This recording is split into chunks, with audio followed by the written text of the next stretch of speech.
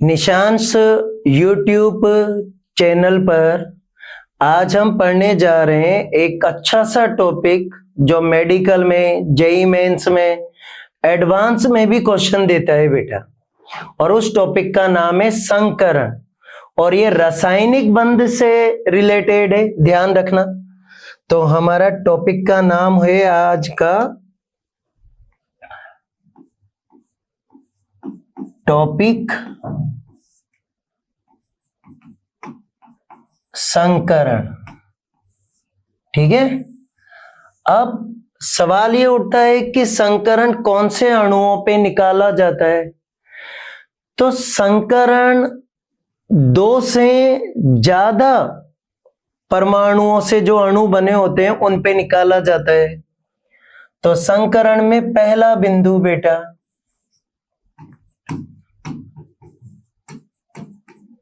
संकरण क्या समझाता है? संकरण अणु की आकृति को समझाता है, अणु की ज्यामिति को समझाता है, अणु की संरचना को समझाता है। ठीक है। संकरण निकाला किस पर जाता है? जो दो या दो से अधिक परमाणु वाले अणु पे निकाला जाता है। दो से अधिक परमाणु वाले अणु पे निकाला जाता है बेटा। तीसरा बिंदु, संकरण अणु में ज्ञात कहां करेंगे? तो केंद्रीय परमाणु पर संकरण ज्ञात करते हैं हमेशा।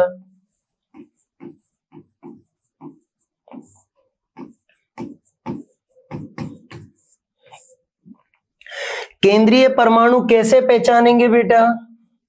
तो केंद्रीय परमाणु पहचानने का तरीका, जो संख्या में कम हो और दूसरा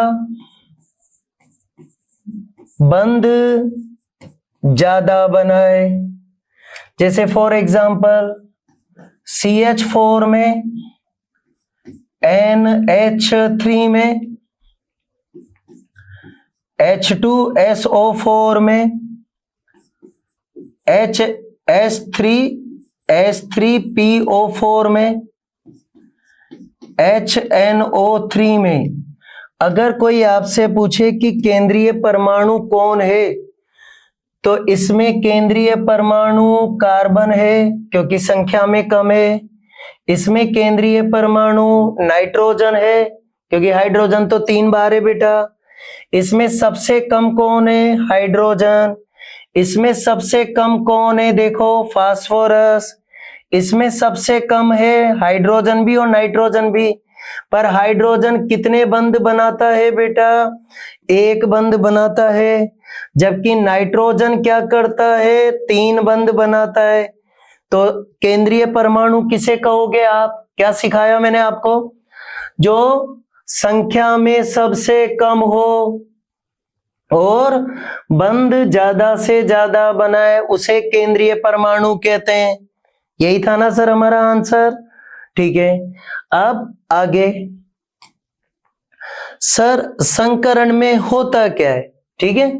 तो देखो आप, चौथा बिंदु बेटा, संकरण में क्या होता है?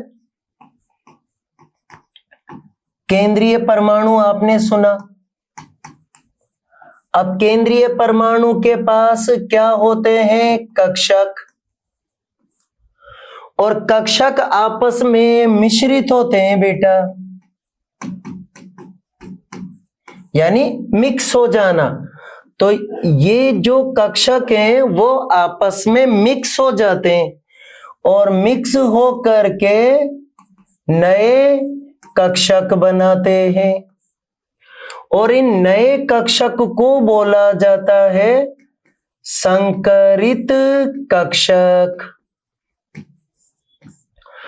और इस पूरी घटना को बोला जाता है संकरण।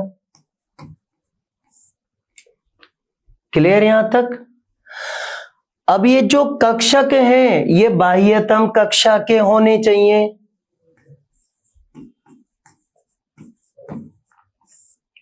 क्लियर? जब संकरित कक्षक बनेंगे ये परमाणु के कक्षक हैं पुराने वाले, और इनसे बनाए मैंने नए कक्षक संकरित कक्षक।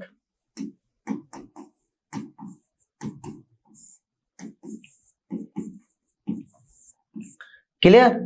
तो जब परमाणु कक्षक संकरित कक्षक बनाते हैं तो ये अपना नाम चेंज कर लेंगे, ये अपनी आकृति चेंज कर लेंगे, और ये अपनी ऊर्जा भी चेंज कर लेंगे। ये है संकरण का मतलब बेटा। लेकिन जब संकरित कक्षक बनेंगे, जैसे सपोज करो कि 4 बने बेटा, तो चारों कक्षकों की अगर आप आकृति देखोगे तो उन चारों कक्षकों की आकृति समान रहेगी, उन चारों कक्षकों की ऊर्जा समान रहेगा, उनके द्वारा जो बंध बनाया जाएगा वो भी समान रहेगा। अब ये है संकरण। तो संकरण क्या है? केंद्रीय परमाणु की बाह्यतम कक्षा के कक्षक आपस में मिलकर नए कक्षक बनाते हैं। इस घटना को संकरण कहा जाता है, और बनने वाले कक्षकों को संकरित कक्षक कहते हैं बेटा। ठीक है, चलो एक एग्जांपल से समझाता हूं आपको, ध्यान से समझना। ये एस कक्षक, इसको जोड़ा मैंने पी कक्षक से। ठीक है, ध्यान से समझना। एस कक्षक को पी कक्षक से जोड़ा। अब वैज्ञानिकों ने एस कक्षक की आकृति कैसी बताई है? गोलाकार। पी कक्षक की आकृति कैसी बताई है? डमरू की तरह। ठीक है बेटा। अब डमरू कितनी बार है? 3 बार, क्योंकि पी कक्षक कितने होते हैं? 3। तो यहां डमरू कितनी बार बनाओ? 3 बार। ठीक है। अब ये गोला इन डमरू से जुड़ने जा रहा है, तो इस घटना को क्या नाम देते हैं? संकरण। ठीक है। टोटल कितने कक्षक हो गए? 1 + 3 = 4। 4 हो गए बेटा। अब ये 4 जब आपस में जुड़ेंगे तो देखो इनकी आकृति चेंज हो जाएगी, इनकी ऊर्जा चेंज हो जाएगी। तो अब ध्यान से समझना। अब संकरित कक्षकों के चित्र ऐसे हो गए बेटा।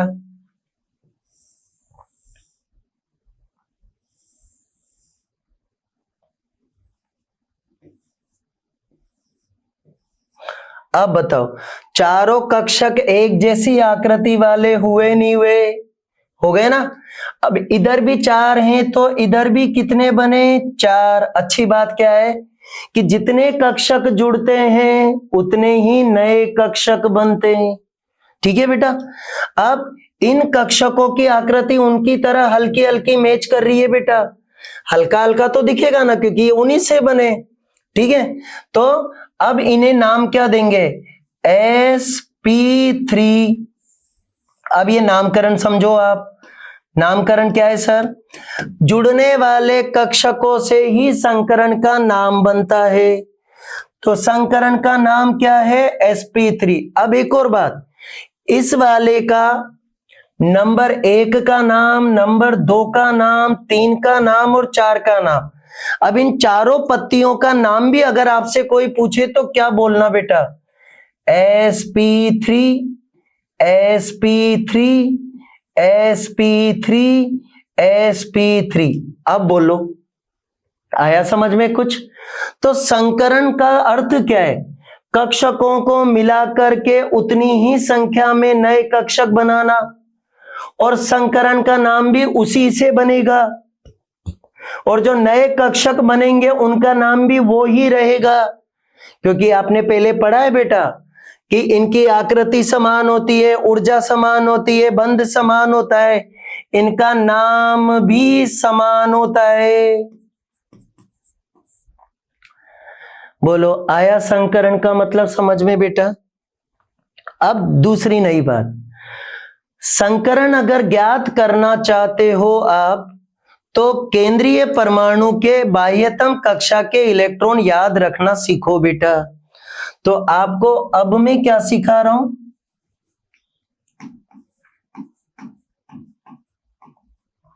केंद्रीय परमाणु की बाह्यतम कक्षा इलेक्ट्रॉन। अब आपको बाह्यतम कक्षा के इलेक्ट्रॉन याद रखने पड़ेंगे अगर आप संकरण चाहते हो बहुत अच्छे से। तो वर्ग 1, 2, 13, 14, 15, 16, 17 और 18।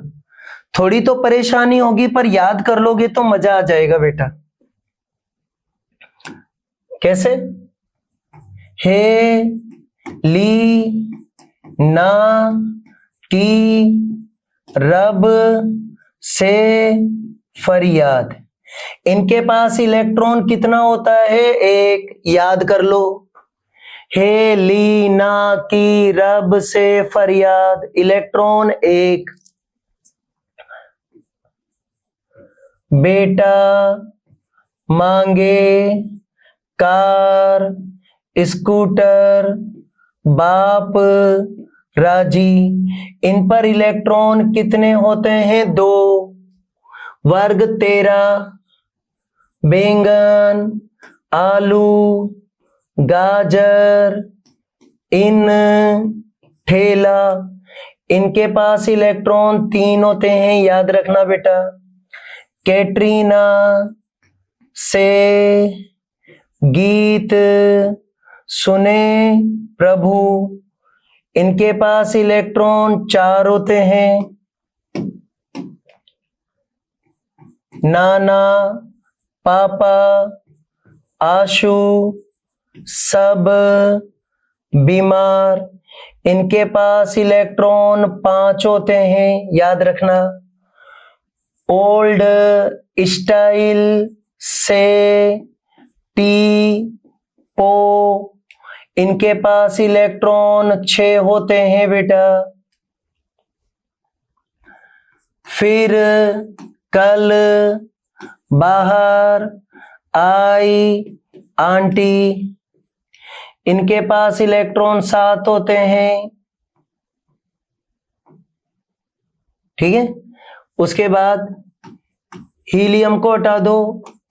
हीना, नीना, और, करीना, जिनोन, रानिया, इनके पास इलेक्ट्रॉन 8 होते हैं बेटा। सर ये इलेक्ट्रॉन याद करा करके फायदा क्या होगा? आपको संकरण में चित्र बनाना सीखना है तो इलेक्ट्रॉन को याद रख लो। इनसे भी आपको सिखाया जा सकता है। एक फॉर्मूला सिखा दूंगा, उससे भी आंसर आ जाएगा, पर आप इन इलेक्ट्रॉन को याद कर लो बेटा। ठीक है। अब हम आगे बढ़ते हैं। सर लोन पेयर और बॉन्ड पेयर सुना है हमने कहीं पर, ये भी काम आता है संकरण में। तो अब हमारा टॉपिक है कि लोन पेयर कौन होते हैं और बॉन्ड पेयर कौन होते हैं। तो बॉन्ड पेयर को तो बोलते हैं बेटा बंध इलेक्ट्रॉन युग्म। ठीक है।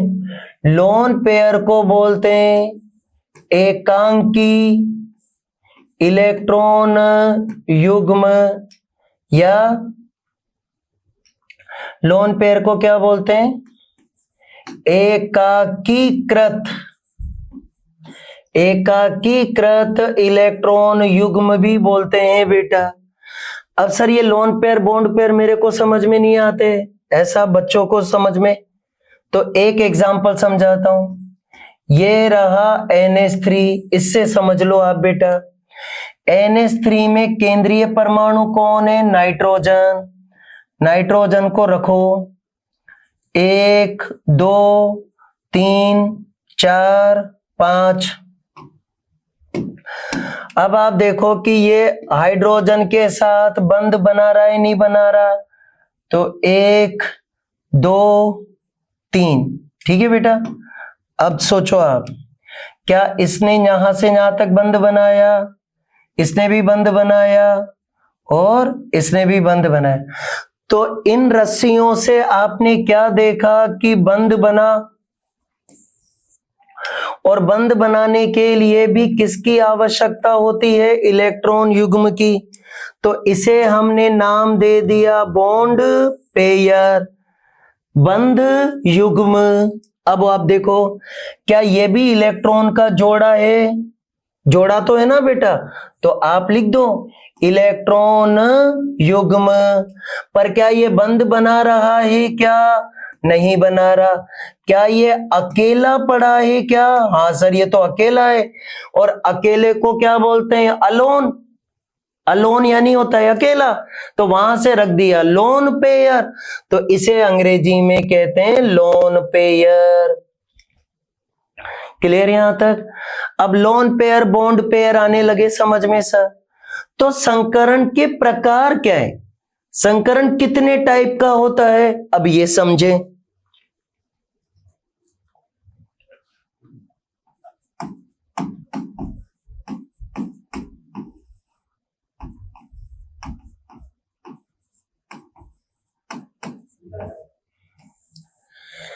संकरण का प्रकार कैसे डिसाइड होगा सर, ये भी देखो आप, एस कक्षक, पी कक्षक और डी कक्षक। ठीक है, एस में डिब्बा 1 होता है, पी में डिब्बे 3 होते हैं, डी में डिब्बे 5 होते हैं। क्लियर। अब ध्यान से समझना बेटा, ठीक है। अगर मैंने S को 1 P से जोड़ा तो नाम बना SP। S को मैंने 2 P से जोड़ा तो नाम बना SP2। S को मैंने इससे जोड़ा तो नाम बना SP3।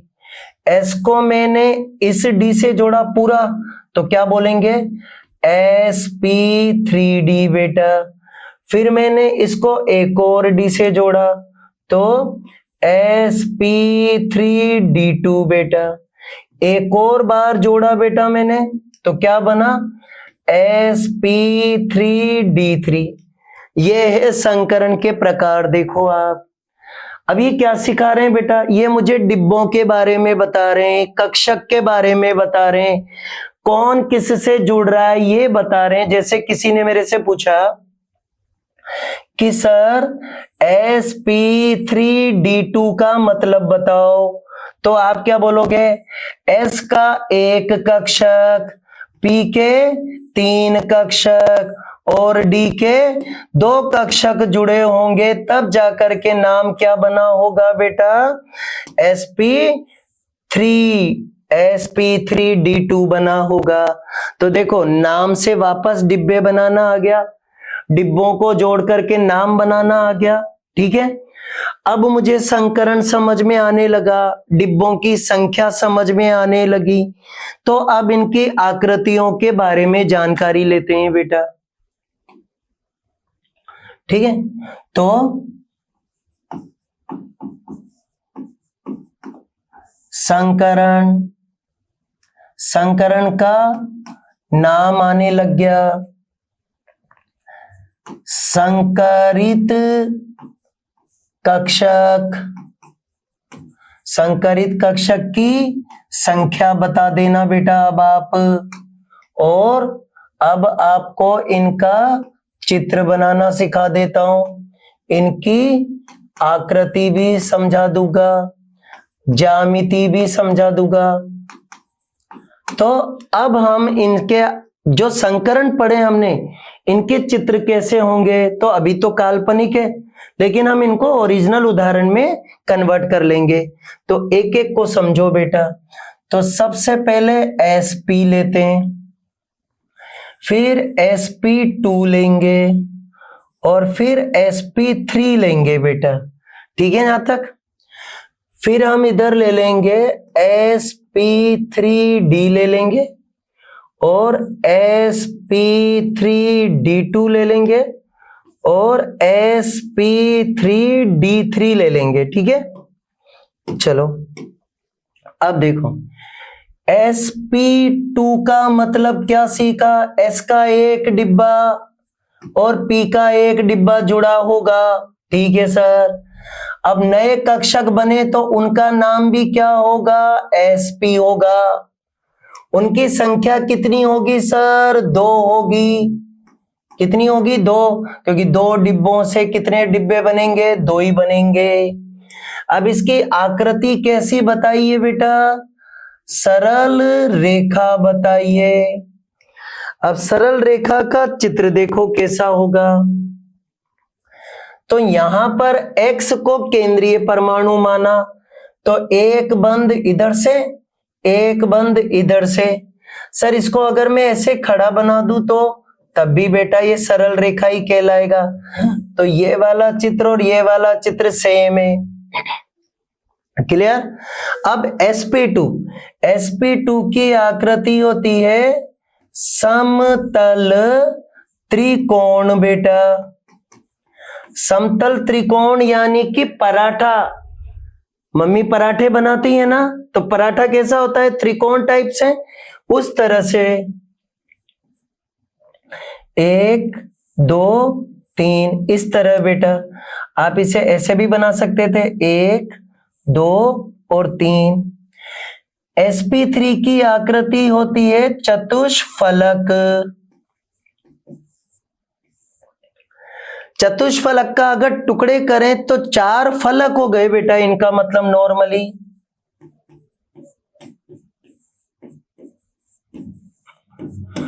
और फलक का मतलब होता है दीवार।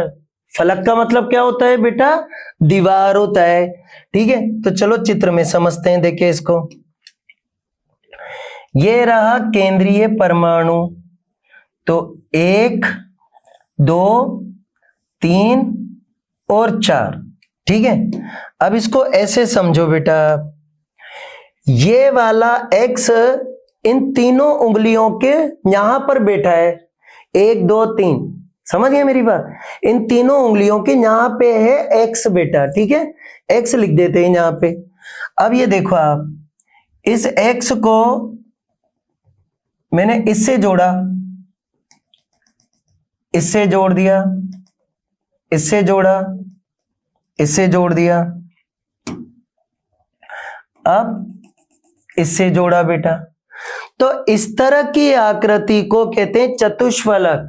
तो सर इसमें 4 दीवारें हैं क्या, अब सवाल यही उठ रहा है, इसमें 4 दीवार है क्या सर। हाँ 4 दीवार है बेटा इसमें। सर चेक कराओ कैसे हैं, चलो चेक करते हैं।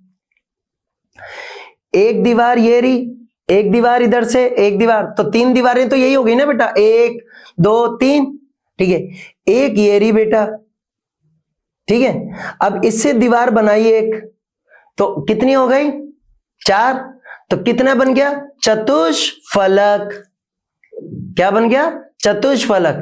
तो देखिए 2 दीवार ये रही, एक दीवार ये रही और एक दीवार नीचे, तो टोटल दीवारें कितनी हुई, 2 3 और ये 4, तो 4 दीवारों को बोलते हैं चतुष्फलक। अब इसका क्या है सर, इसका नाम है बेटा पंचभुज द्विपिरामिड। सॉरी बेटा,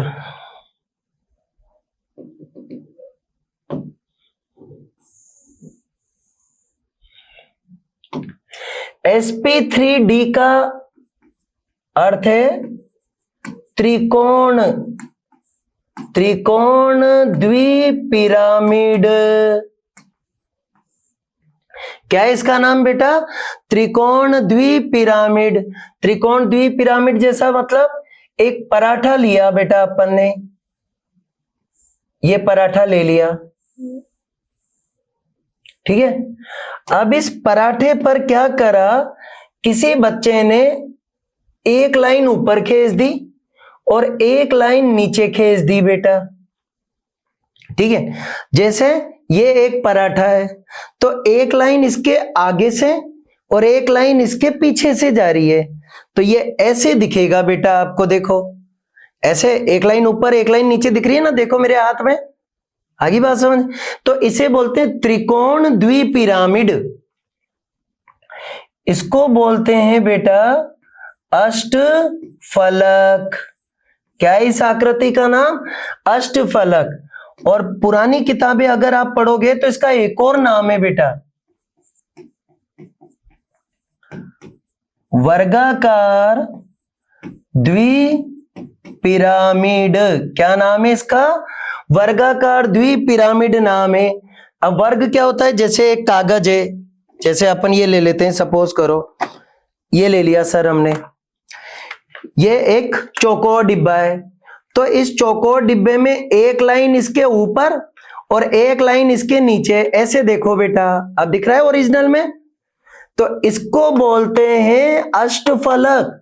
सर ये अष्टफलक कैसे हुआ? सवाल यही है ना बेटा। तो देखो आपको मैं एक बात बताता हूं, देखो अष्टफलक कैसे हुआ। एक दीवार इधर से दिख रही है, एक दीवार इधर से दिख रही है, एक दीवार इधर से दिख रही है, एक दीवार इधर से, कितनी दीवार हुई? 4। अब 4 दीवार ऐसे देखो, 1 2 3 और 4 हो गया ना, इसलिए इसको बोलते हैं अष्टफलक। तो अष्टफलक का सर चित्र कैसा निकला? एक बीच में एक्स लिख करके ऐसे बना दो, ये आपके रजिस्टर का पेज हो गया बेटा। अब इस पेज में एक लाइन कहां जा रही है? ऊपर जा रही है बीचों बीच बेटा, ठीक है। और एक लाइन कहां आ रही है सर? नीचे आ रही है। वेरी गुड, ये बन गया बेटा अष्टफलक। अब इसका नाम क्या है सर? पंचभुज द्विपिरामिड बेटा। पंचभुज द्विपिरामिड का मतलब जिसकी 5 भुजाएं हो। तो कई बार आपने देखा होगा कि जब लड़के रोटियां बनाते हैं तो वो देखो किसी देश का नक्शा बन जाता है, उट पटांग टाइप से डिजाइन बन जाती है, इस तरह का चित्र है पंचभुज। 1 2 3 4 और 5, ये हो गया बेटा। अब एक लाइन सर इसके ऊपर जा रही है और एक लाइन इसके नीचे जा रही है, तो ये हो गया पिरामिड बेटा। तो इन लाइनों को क्या बोलते हो सर आप? पिरामिड बोलते हैं। अब एक पिरामिड ये रहा, दूसरा पिरामिड ये रहा, तो हो गया ना द्विपिरामिड बेटा। क्लियर? अब मेरे को आकृतियों की जानकारी मिल गई, संकरण से आकृति समझ में आने लगी, तो सर आप एक ट्रिक सिखा देता हूं जिससे आपको आकृतियां बनाना आ जाए बेटा, ठीक है। चलो संकरण में आकृति बनाने की ट्रिक देखते हैं, ठीक है। 1/2 1/2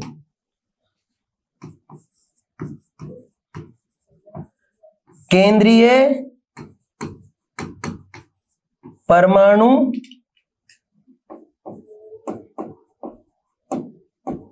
बाह्यतम कक्षा इलेक्ट्रॉन। केंद्रीय परमाणु की बाह्यतम कक्षा में जितने भी इलेक्ट्रॉन हो उनको यहां लिख देना, प्लस प्लस एकल बंध से जुड़े परमाणु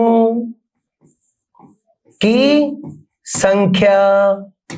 एकल बंध अधिकतर कौन बनाते हैं? हाइड्रोजन, फ्लोरीन, क्लोरीन, ठीक है। उनको जोड़ के लिख देना, जैसे 2 3 4, ठीक है बेटा। प्लस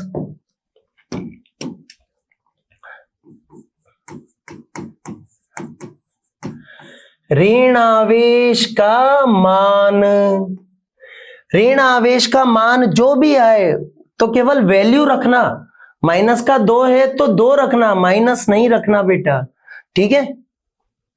और माइनस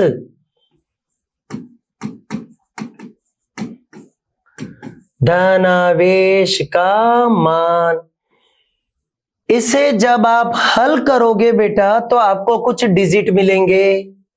सर क्या मिलेगा? 2 भी मिलेगा, 3 भी मिलेगा, 4 भी मिलेगा, 5 भी मिलेगा, 6 भी मिलेगा, 7 भी मिलेगा। अब अगर सर 2 मिला तो संकरण क्या कहलाएगा? sp। 3 मिला तो sp2, 4 हुआ तो sp3, 5 हुआ तो sp3d, 6 हुआ तो sp3d2, 7 हुआ तो sp3d3। हो गया बेटा, ये याद हो गया। इसके पीछे वाले भाग में मैंने क्या पढ़ाया था इसके जस्ट थोड़ी देर पहले, कि अगर मुझे संकरण पता चल जाए तो आकृति का नाम बता दूंगा, आकृति का नाम बता दूंगा तो चित्र भी बना लूंगा, ठीक है। तो चलो एक इसका डेमो देखते हैं बेटा। PCl5 में क्या क्या बताना है आपको? संकरण बताना है, आकृति बतानी है, चित्र बनाकर बताना है, ठीक है। सबसे पहले देखो आप कि इसमें केंद्रीय परमाणु कौन है? फास्फोरस। तो 1/2 फास्फोरस को केंद्रीय परमाणु माना बेटा आपने, तो उसके इलेक्ट्रॉन बोलो 5। कैसे? थोड़ी देर पहले आपको मैंने बताया था कि ये वर्ग 15 का सदस्य है, और वर्ग 15 का सदस्य कितने इलेक्ट्रॉन रखता है? 5। एकल बंध से जुड़े क्लोरीन की संख्या 5। ये क्लोरीन के 5 ये वाले बेटा ये आ गए। 5 और 5 कितने आए बेटा? 10। 10 में 2 का भाग देकर बताओ कितना आंसर आया? 5। 5 से मैंने क्या सीखा कि संकरण क्या होना चाहिए सर? संकरण क्या होना चाहिए? sp3d होना चाहिए, हाँ या ना बेटा? बोलो, होना चाहिए। sp3d की आकृति मैंने थोड़ी देर पहले क्या पढ़ी थी, याद करो आप? त्रिकोण, त्रिकोण द्विपिरामिड, याद आया कुछ? त्रिकोण द्विपिरामिड। त्रिकोण द्विपिरामिड कैसे बनाते हैं सर? चलो बना के बताओ। तो बीच में रखेंगे P, 1 2 3,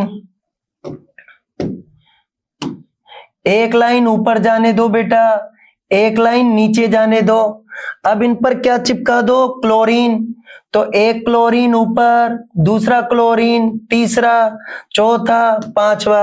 अब बताओ बेटा क्या समझ में नहीं आया? इसकी आकृति क्या हो गई? त्रिकोण द्विपिरामिड। और आगे समझा देता हूं बेटा।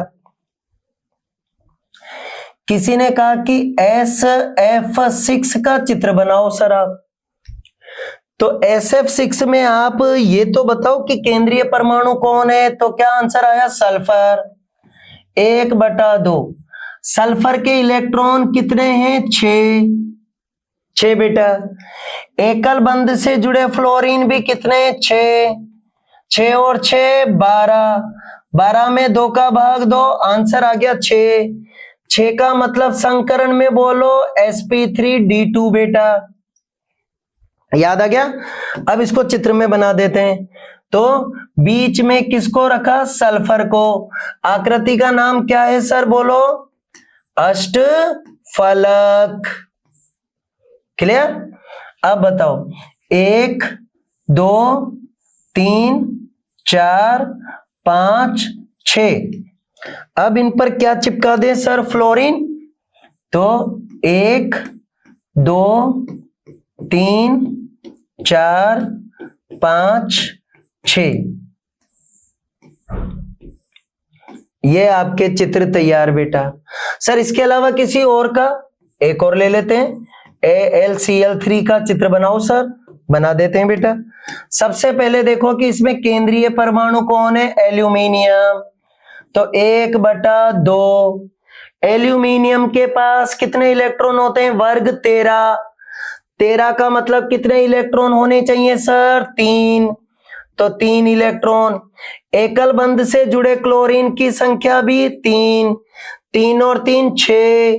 6 में 2 का भाग 2, तो आंसर आ गया 3। 3 का संकरण याद होगा, sp2 पढ़ाया था। sp2 की आकृति क्या है? समतल त्रिकोण, यानी पराठे जैसी बेटा। तो उस पराठे के बीच में कौन आएगा? एल्यूमिनियम। 1 2 3। अब इस पराठे के कोनों पर किसको रख दें? Chlorine chlorine chlorine. आया बेटा आप समझ में? अब हम ऐसे यौगिकों की आकृति सीखेंगे जिनके पास लोन पेयर भी हो, बॉन्ड पेयर भी हो। उसके पहले आपको मैं ऑक्सीजन वाले यौगिकों की आकृति और सिखा देता हूं आज। तो हमारा नेक्स्ट टॉपिक क्या बना सर? अब